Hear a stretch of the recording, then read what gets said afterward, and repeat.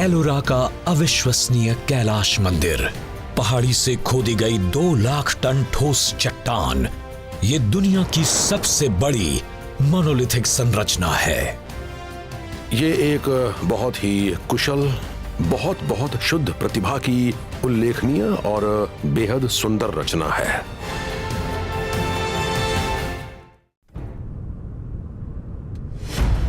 Deccan traps, पश्चिम मध्य भारत में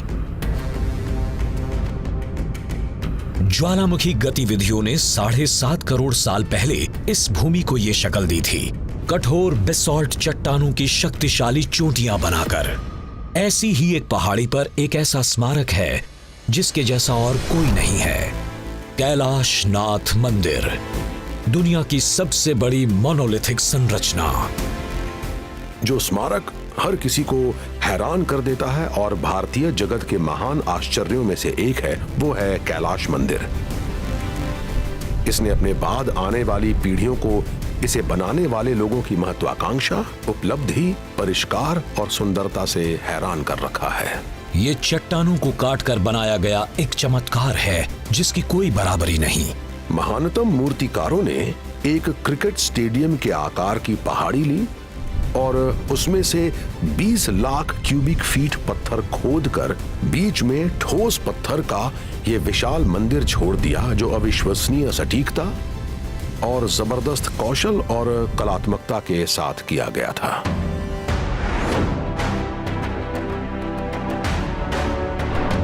कैलाश नाथ मंदिर 34 हिंदू, जैन और बौद्ध मठों और मंदिरों का हिस्सा है, जिन्हें उत्तर पश्चिमी महाराष्ट्र में एलोरा गुफाओं के रूप में जाना जाता है। इस परिसर को यूनेस्को वर्ल्ड हेरिटेज साइट के रूप में मान्यता प्राप्त है।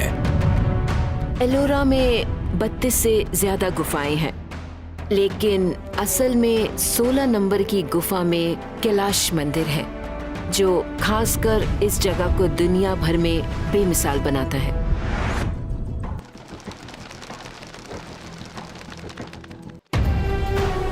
1200 साल पुराने इस मंदिर का अध्ययन दुनिया भर के अनगिनत शोधकर्ताओं ने किया है, फिर भी कैलाश मंदिर के निर्माण के पहलू अभी भी एक रहस्य हैं।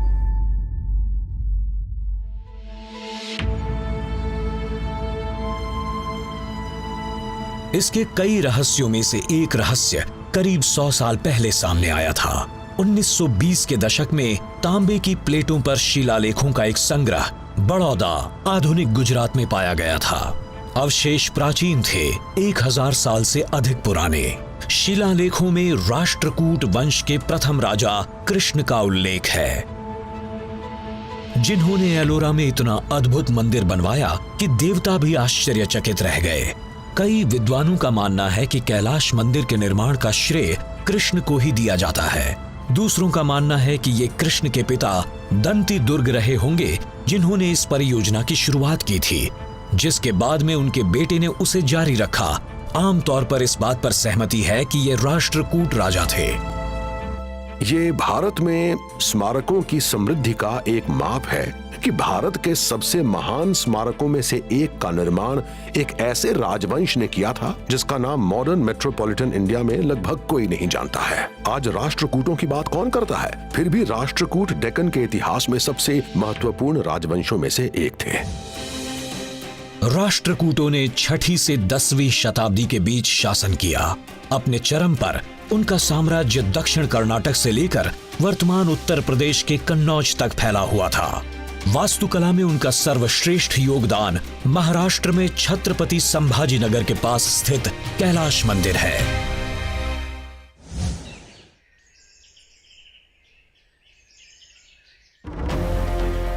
प्राचीन राष्ट्रकूट निर्माणकर्ताओं ने बेसॉल्ट चट्टान की एक ही पहाड़ी से विशाल संरचना बनाई।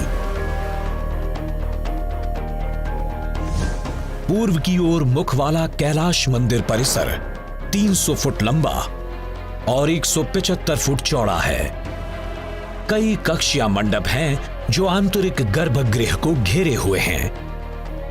मुख्य सभा कक्ष 70 फुट गुणा 62 फुट का है। जटिल वास्तुशिल्प विशेषताएं, जैसे चट्टान को काटकर बनाया गया पुल 2 मंजिला प्रवेश द्वार या गोपुरम को मंदिर के आंतरिक भाग से जोड़ता है। शिखर संरचना का सबसे ऊंचा हिस्सा 96 फुट ऊंचा है।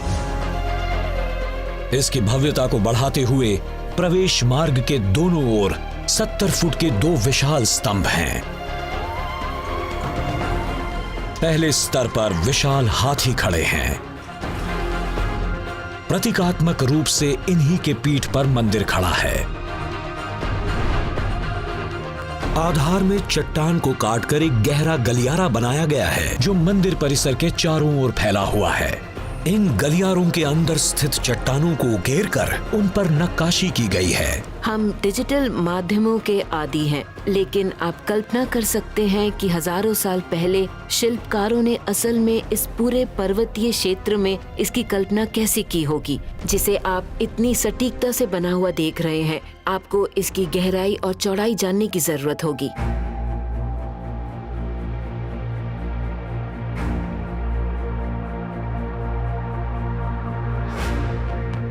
मुख्य सभा कक्ष के अंदर विशाल बेहद अलंकृत स्तंभ हैं। उनका विशाल आकार देखने वाले को आश्चर्यचकित कर देता है। गर्भगृह में एक विशाल शिवलिंग है। मंदिर एक महत्वाकांक्षी परियोजना रही होगी, भले ही इसका निर्माण पारंपरिक रूप से ईंट दर ईंट करके किया जाता हो, लेकिन हम इसके निर्माण के बारे में जो जानते हैं उस तरह इसकी कल्पना करना ही दिमाग हिला देता है। मंदिर बनाने के लिए एक भी पत्थर नहीं लाया गया। वास्तव में ये बिल्कुल उल्टा था। इसे एक ही विशाल पत्थर से तराश कर बनाया गया था। कैलाश मंदिर के बारे में मुझे जो सबसे ज्यादा पसंद है वो सिर्फ विशाल शाही पैमाने और अधिकतम मूर्ति कला की भव्यता नहीं है, बल्कि वो छोटी छोटी डिटेल्स हैं। 1200 साल पहले निर्माणकर्ताओं और कलाकारों ने न केवल एक पहाड़ी को काटकर मानव निर्मित चमत्कार बनाया, बल्कि इसके हर कोने को भी सजाया। हर जगह मूर्तियां हैं। शिव अपने कई रूपों में, देवी और महान दानव, महाभारत, रामायण, भागवत पुराण के दृश्य और भव्य भित्ति चित्रों के अवशेष। राष्ट्रकूट राजा कृष्ण प्रथम, जो दंतिदुर्ग के बेटे थे, वो एक असाधारण और भावुक शिव भक्त थे। और भले ही कैलाश मंदिर की दीवारों पर कई देवताओं को दिखाया गया है, लेकिन स्वयं शिव ही इस मंदिर के प्रमुख देवता हैं। मंदिर में अन्य देवी देवताओं की भी मूर्तियां हैं। मंदिर का दक्षिण भाग मुख्य रूप से शिव को समर्पित है, जबकि उत्तर की ओर भगवान विष्णु की छवियां हैं। सदियों से कैलाश मंदिर द्वारा अर्जित की गई सभी उत्कृष्टताओं के साथ साथ एक बड़ा सवाल अभी भी बना हुआ है। उन्होंने ऐसा कैसे किया? हम केवल अंदाजा लगा सकते हैं, कोई निश्चित उत्तर नहीं है। क्या उन्होंने ऊपर से शुरुआत की और नीचे तक गए, या उन्होंने हर लेवल को मार्क किया था? इतिहासकारों का मानना है कि खुदाई और नक्काशी को पूरा होने में 1 शताब्दी तक का समय लग गया होगा। कई संरक्षकों ने परियोजना को जारी रखा होगा। क्या शुरुआत में एक ही मास्टर प्लान बनाया गया था और फिर पीढ़ी दर पीढ़ी निर्माणकर्ताओं और कारीगरों ने 100 सालों तक उसका पालन किया होगा? ये बहुत मुमकिन है कि उन शिल्पकारों ने अपने बच्चों को ट्रेन किया होगा, और ये शायद कि इसमें परिवार और शिल्प संघ शामिल रहे होंगे जो उसे अगली पीढ़ी तक पहुंचा रहे होंगे, ताकि बच्चे को उस नक्काशी की समझ हो जो चल रही है, और फिर वो उसे सीख लेता होगा और फिर वो कला अगली पीढ़ी तक चली जाती होगी। निर्माणकर्ताओं ने जिस पहाड़ी को चुना वो एक विशाल चट्टान थी। उनकी प्रतिभा इतनी जटिल वास्तुशिल्प योजना को 3D में देखने की क्षमता में बसी थी। ऐसा माना जाता है कि उन्होंने उसे ऊपर से नीचे की ओर तराशा था। धीरे धीरे और पीढ़ी दर पीढ़ी उन्होंने पत्थर को काटकर दुनिया का सबसे बड़ा मोनोलिथ बनाया। सटीक आंकड़े ज्ञात नहीं हो सकते हैं, लेकिन अनुमान है कि लगभग 1.5 से 2 लाख टन चट्टान को काटा गया था। इतनी बड़ी मात्रा में खोदी गई चट्टानें कहां गईं? ये एक रहस्य बना हुआ है। कहीं भी कोई मलबा या उसका नामो निशान नहीं है। इस प्राचीन वास्तुशिल्प परियोजना की अलौकिक सफलता ने बहुत बड़ी बहस छेड़ दी है। कुछ लोगों ने ये भी सुझाव दिया है कि ये परग्रही प्राणियों का काम हो सकता है। जब मैं ऑनलाइन देखता हूँ कि लोग इसके बारे में क्या बातें करते हैं, तब मैं चिढ़ जाता हूँ। वो कहते हैं कि क्या इसे एलियंस ने बनाया था, क्या उनके पास पावर टूल्स थे, प्राचीन भारत के लोगों ने इसे कैसे बनाया होगा, ये सुपर पावर्स की मदद से हुआ होगा या कुछ और रहा होगा। देखिए, अगर आप पत्थरों पर भारतीय नक्काशी के इतिहास पर नजर डालें तो ये एक आश्चर्यजनक कहानी है। भारत में पत्थर को काटकर बनाए गए अविश्वसनीय आश्चर्यों, शानदार पत्थर संरचनाओं और नक्काशियों की सूची लंबी है और कई शताब्दियों तक फैली हुई है। इस कार्य का श्रेय एलियंस को देना प्राचीन भारतीयों की प्रतिभा के साथ अन्याय है। हम खुद ही कम आंक रहे हैं अपने स्कल्प्टर्स की, बिल्डर्स की क्षमता को, उनके ज्ञान को, उनकी रचनात्मकता को, उनकी जानकारी को। ये एक बहुत ही कुशल, बहुत शुद्ध प्रतिभा की उल्लेखनीय और बेहद सुंदर रचना है। ये उतना ही बड़ा उदाहरण भी है उस ज्ञान और शिल्प कौशल के भंडार का जो अब समय के साथ खो गया है।